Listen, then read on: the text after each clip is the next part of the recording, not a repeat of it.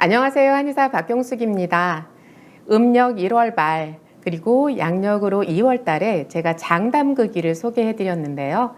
이제 장을 갈라야 되겠죠.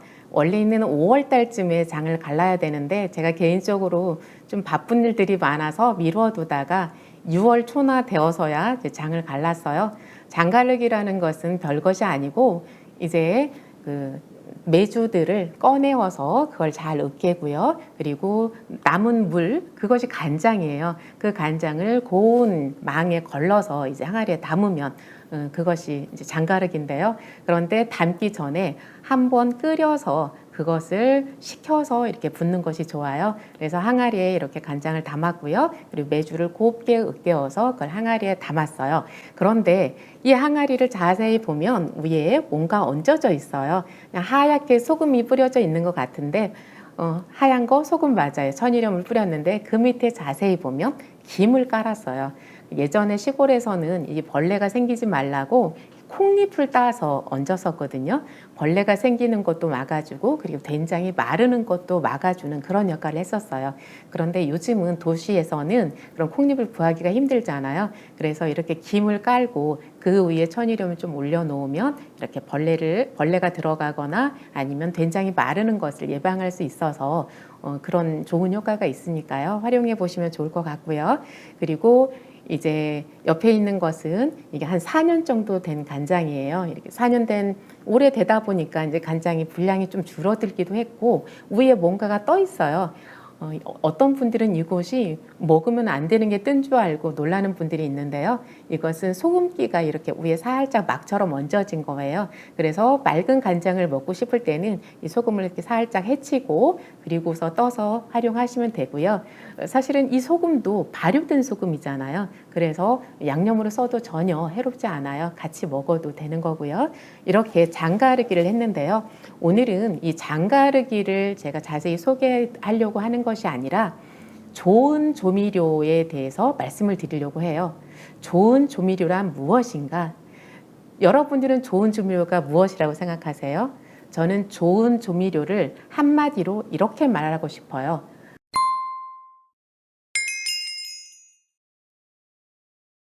좋은 조미료란 맛을 좋게 하면서도 건강에 유익한 재료, 이것을 좋은 조미료다 이렇게 말씀드리고 싶어요. 그래서 그 좋은 조미료의 한 가지로서 제가 장담기를 소개했죠. 그래서 된장, 간장, 고추장, 청국장 이런 것이 가장 귀하면서도 기초적인 그런 조미료가 아닐까 그런 생각을 해요. 그리고 그 다음으로는 이제 숙성을 시킨다든지 오래 끓여서 골을 내서 활용하는 방법, 그리고 육수를 내서 활용하는 방법, 이외에도 각종 채소들 그 자체로서 조미료가 될 수 있겠고요. 그리고 그 채소들을 말린 것들, 이런 것이 이제 오래 보관하면서 쓰일 수 있는 그런 조미료가 될 거예요. 그리고 버섯류 또는 해산물들을 말린 것, 이런 것들, 그 외에도 이제 씨앗류, 이것도 조미료라고 할 수가 있어요. 그리고 이제 마지막으로 압착유가 있어요. 자, 여기서 한 가지씩 잠깐 언급하고 가자면 압착유라는 것은 눌러서 기름을 뺀다 그런 건데요. 이제 기름을 이렇게 실온에다 상온에 오래 두고 먹으면 이제 산패가 되기 때문에 냉장 보관을 해라 이런 얘기 많이 들었을 거예요. 그런데 기름을 이렇게 실온에다 두면 그때만 산패가 되는 것이 아니라 기름을 짤 때부터 이미 어느 정도 산패가 진행되는 거예요. 그러니까 대부분 씨앗류들을 이렇게 볶아서 기름을 짜다 보니까 이 볶는 과정에서 이렇게 산패가 어느 정도 진행이 되는데요. 그래서 웬만하면 이제 들기름도 생들기름을 먹는 게 좋잖아요. 그것처럼 들기름뿐만이 아니라 다른 씨앗들도 이렇게 생으로 짜서 드실 수 있으면 그 기름이 훨씬 고급지고 좋은 기름이에요. 이렇게 짤 때부터도 좋게 짠 것을 활용하면 좋겠지만 그렇지 않더라도 어쨌든 보관할 때만이라도 산패가 가장 덜 진행되게 이렇게 보관하면서 드시면 좋겠죠. 그리고 해산물이나 버섯류들은 이제 햇볕에 말려서 그것을 가루를 내면 조미료로서 굉장히 훌륭한 역할을 하는데요. 국이나 어떤 찌개를 끓일 때 또는 나물류에도 내가 원하는 맛이 잘 나지 않으면 표고버섯 가루를 한번 활용해 보세요. 그리고 표고버섯 가루가 이렇게 나물류뿐만이 아니라 계란 후라이 할 때도 가운데다 이렇게 좀 얹어주거나 아니면 지단을 붙일 때 또는 밥을 할 때도 표고버섯 가루를 이렇게 얹어서 요리를 하시면 훨씬 그 풍미가 살아나는 것을 느낄 수 있을 거예요. 그리고 제가 육수 활용법에 대해서는 많이 말씀을 드렸고요. 그리고 고에 대해서는 고를 낸다는 대표적인 게 뭐가 있을까요? 조청 있지 않을까요? 그 엿기름을 고아서 이렇게 만들잖아요. 그래서 그 조청을 단맛을 내는데 그냥 단순 그 하얀 설탕을 활용하는 것보다는 이렇게 조청을 활용해서 음식을 하거나 아니면 떡을 이렇게 찍어 먹을 때도 조청을 이제 찍어서 먹으면 좋을 것 같고요. 어쨌든 이 조청이 오랫동안 이렇게 고를 내서 만든 그런 조미료라고 할 수 있을 것 같아요. 자, 그리고 제가 간장이라든지 된장이라든지 고추장이라든지 이런 것이 훌륭한 조미료 역할을 한다 했는데, 그런데 제 장담기를 할 때 어떤 소금을 사용했는지 혹시 기억하시나요? 제가 죽염을 사용했었어요.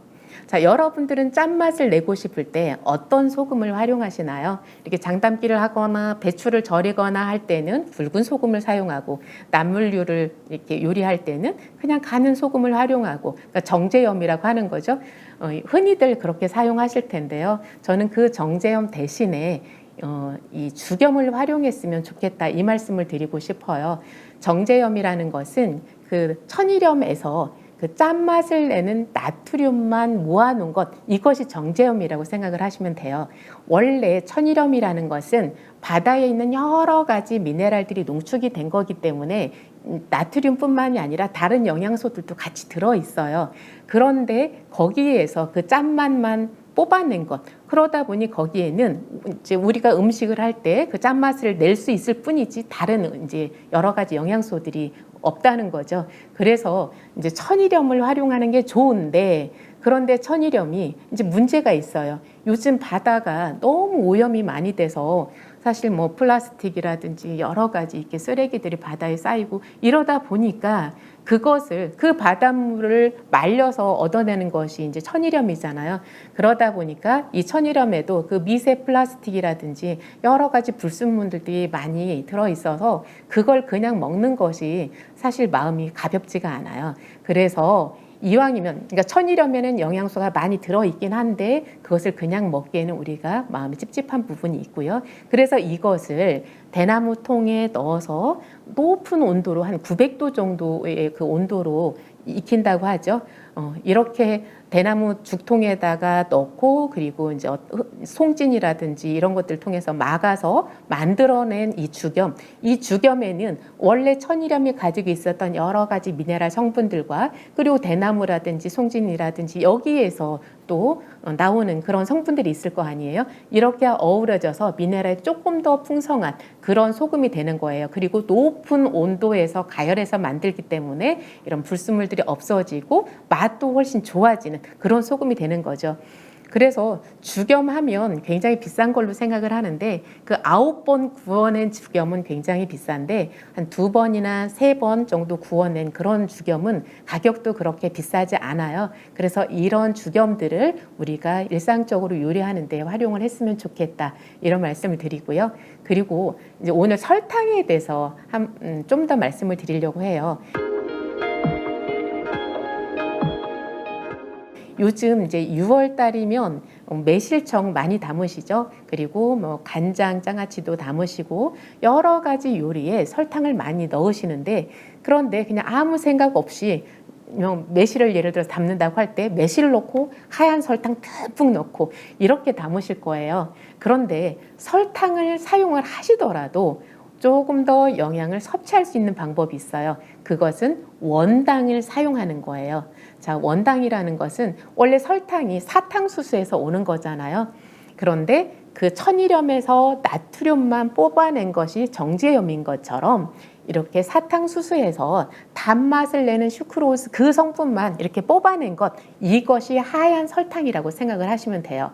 뭐 시중에서 파는 그런 황설탕이라든지 흑설탕도 사실은 똑같아요. 거기에다가 카라멜로 살짝 염색한 것이라고 생각을 하면 되고요.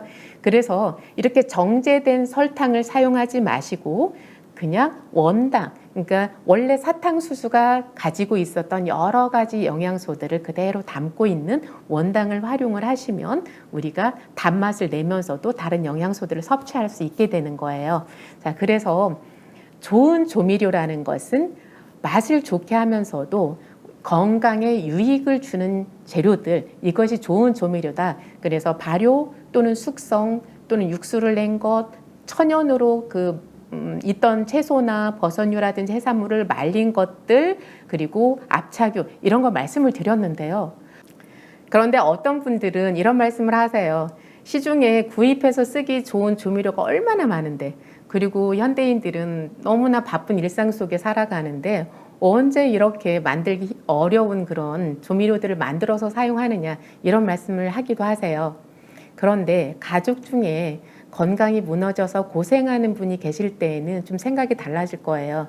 무엇을 먹을까, 그리고 어떻게 먹어야 될까, 이런 고민들이 굉장히 많아지는 거죠. 제가 부탁드리고 싶은 것은 이렇게 건강이 무너져서 고민을 하기 이전에 내 가족들의 건강을 미리미리 지키고 예방하는 차원에서 항상 일상 가운데에서 이렇게 좋은 조미료들을 활용했으면 좋겠다, 이 말씀을 드리고 싶은데요.